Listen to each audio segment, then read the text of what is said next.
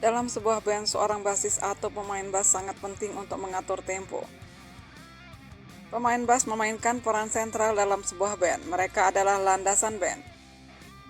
Bisa diibaratkan kalau pemain bass dalam sebuah band seperti lapisan bata bagi rumah.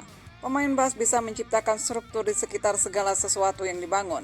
Singkatnya, seorang basis dapat membantu personil lain mengikuti ketukan sebuah lagu. Pemain bass dan drum adalah tiang irama sebuah band, namun keberadaan pemain bass sering diremehkan karena memainkan bass dianggap lebih mudah daripada memainkan melodi yang dimainkan oleh seorang gitaris. Makanya orang lebih banyak tertarik untuk mendengarkan suara melodi dari gitaris ataupun suara keyboard. Peran pemain bass terkadang juga hanya dianggap sebagai pengiring semata, kecuali jika seorang basis tersebut merangkap sebagai vokalis, seperti beberapa band bergenre punk.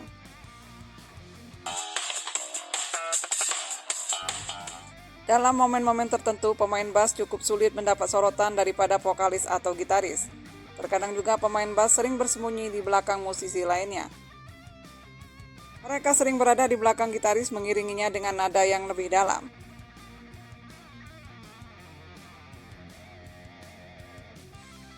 Bermain bass kadang dinilai lebih mudah daripada bermain gitar. Bunyi bass yang menghasilkan suara yang low terkadang tenggelam oleh instrumen lain. Tetapi menghilangkan suara bass adalah sesuatu yang hampa ketika mendengarkan musik. Di era sekarang sudah banyak pemain bass yang jago-jago. Nama mereka cukup dikenal, bisa disejajarkan dengan gitaris-gitaris yang handal. Berbeda di era 70-an yang masih sedikit talenta dalam industri musik tanah air. Memasuki tahun 90-an, grup band tumbuh menjamur. Termasuk pemain bass, banyak yang handal. Sebut saja Ahmad Subastio dari Sahara, Thomas Ramdhan dari Gigi, Iwan Saperius, dan masih banyak lagi. Tapi untuk era 70-an, ada beberapa basis yang bisa dikategorikan sebagai basis terbaik. Siapa saja mereka?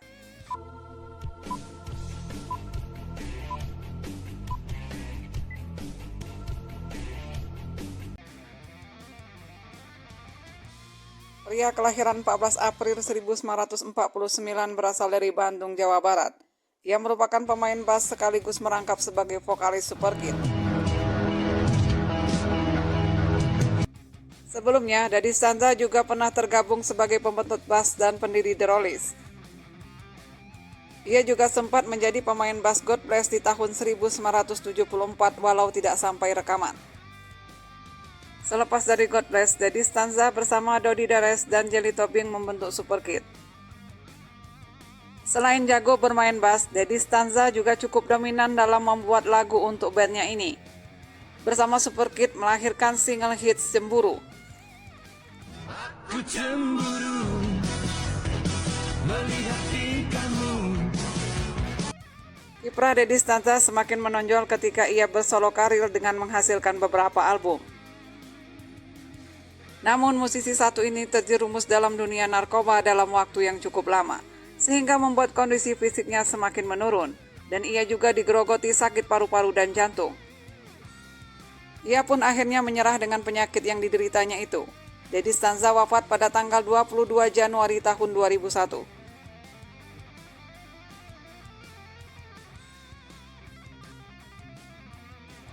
Pria yang selalu tampil dengan rambut panjangnya merupakan pemusik rock kelahiran Surabaya 9 Juli 1951. Ia mengawali karirnya ketika bergabung menjadi basis AK, band besutan Ucok Harahap. Meski bukan personil asli AK, namun namanya identik dengan grup band ini. Arthur bergabung dengan AK setelah menggantikan basis pertama AK, yaitu Lexi Rumanggit yang keluar.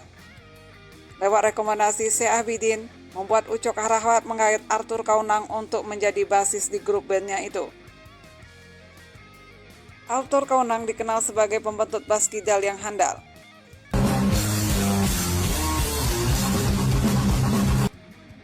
Setelah AK pecah, Arthur Kaunang mendirikan Sass Band. Di bandnya ini, Arthur merangkap sebagai vokalis dan basis.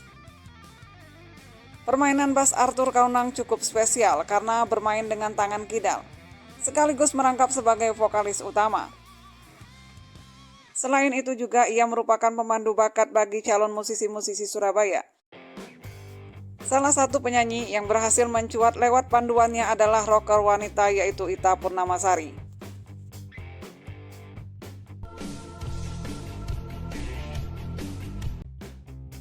Dari dua musisi yang sudah saya bahas tadi, Doni Fatal yang masih bertahan dan eksis hingga kini.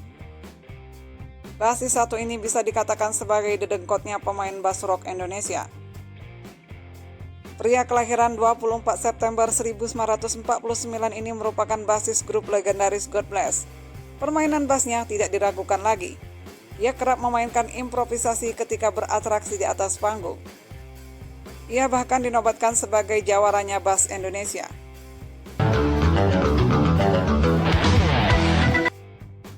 Gayanya dalam bermain bass juga menjadi trendsetter kala itu. Tidak hanya musisi Indonesia yang meniru gaya ia bermain, tetapi musisi Malaysia dan Singapura juga menjadikan Doni Fatal sebagai trendsetter. Satu hal lagi kelebihan dari seorang Doni Fatal, selain piawai dalam membentuk bass, ia juga bisa menjadi backing vokal dengan suaranya yang tinggi.